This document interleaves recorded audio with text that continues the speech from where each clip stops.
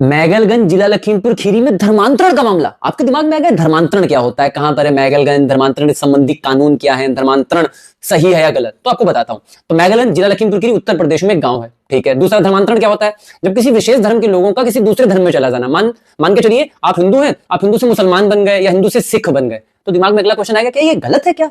समझो, दो स्थितियां हो सकती हैं।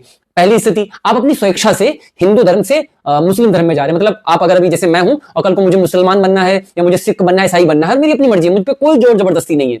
अगर आप इस तरीके से धर्म परिवर्तन करते हैं तो ये कानूनी रूप से वैध है, लेकिन इसका कुछ प्रोसेस है, अभी आगे बताऊंगा क्या है। सेकंड, मुझ पे कोई जोर जबरदस्ती करके, मुझे लालच देकर, मुझे प्रलोभन देके, झूठ बोल के अगर मेरा धर्म परिवर्तन कराया जाता है तो ये कानूनी रूप से अवैध है और इसके खिलाफ सरकार कार्रवाई करती है और प्रशासन पे जुर्माना या आपके खिलाफ कोई एक्शन ले सकता है। दो स्थितियां आपने पढ़ ली।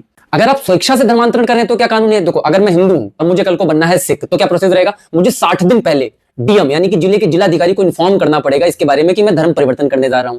प्लस जो धर्म परिवर्तन आपका कराएगा, जैसे मान लो मुझे हिंदू से मुसलमान बनना है, तो मुसलमान मुझे कोई मौलवी ये करवाएगा काम, तो ये काम मौलवी के बारे में भी डिटेल हमें डीएम ऑफिस पहुंचानी पड़ेगी 1 महीने पहले। मतलब जो जिसको धर्म परिवर्तन करना है उसको इन्फॉर्मेशन देनी पड़ेगी 60 दिन पहले, जो धर्म परिवर्तन कराएगा उसकी इन्फॉर्मेशन डीएम के पास 30 दिन पहले तक पहुंच जानी चाहिए। फिर पुलिस की जांच आएगी, पुलिस पूरा जांच पड़ताल करेगी, देखेगी कि मैं स्वेच्छा से धर्म परिवर्तन कर रहा हूं या जोर जबरदस्ती करवा के किया जा रहा है। अगर स्वेच्छा से प्रूव हो जाएगा तो मैं आराम से हिंदू से मुसलमान या हिंदू से सिख बन जाऊंगा। लेकिन दूसरी स्थिति क्या होती है कि अगर आपको जोर जबरदस्ती या लालच देकर धर्म परिवर्तन कराया जाए, जैसा कि मैगलंज में हो रहा था। जोर जबरदस्ती या लालच का मतलब क्या है, मान लो मेरे से कह दिया जाए कि आपकी बेटी की शादी में इतनी हेल्प हो जाएगी, आपकी वहां चल के नौकरी लगवा दूंगा, आपको राशन फ्री मिलता रहेगा, आपके बच्चों की शिक्षा फ्री हो जाएगी, किसी भी लालच देकर, या आप पे दबाव बनाया जाए कि अगर तुम हिंदू से मुस्लिम नहीं बनेगे तुम्हारे घर की बिजली काट दी जाएगी, कुछ भी ऐसा हो सकता है।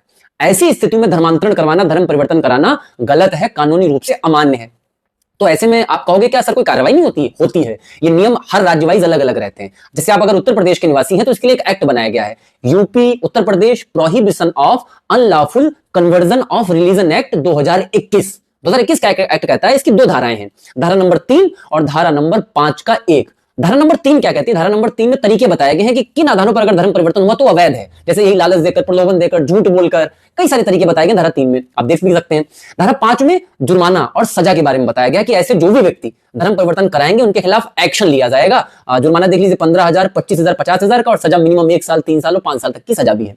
मैगलंज में लालच देकर 100 से ज्यादा महिलाओं का धर्म परिवर्तन कराया जा रहा था। किसकी गलती है? देखो, मोटा मोटा खत्म कर दो इसकी पूरी बात को।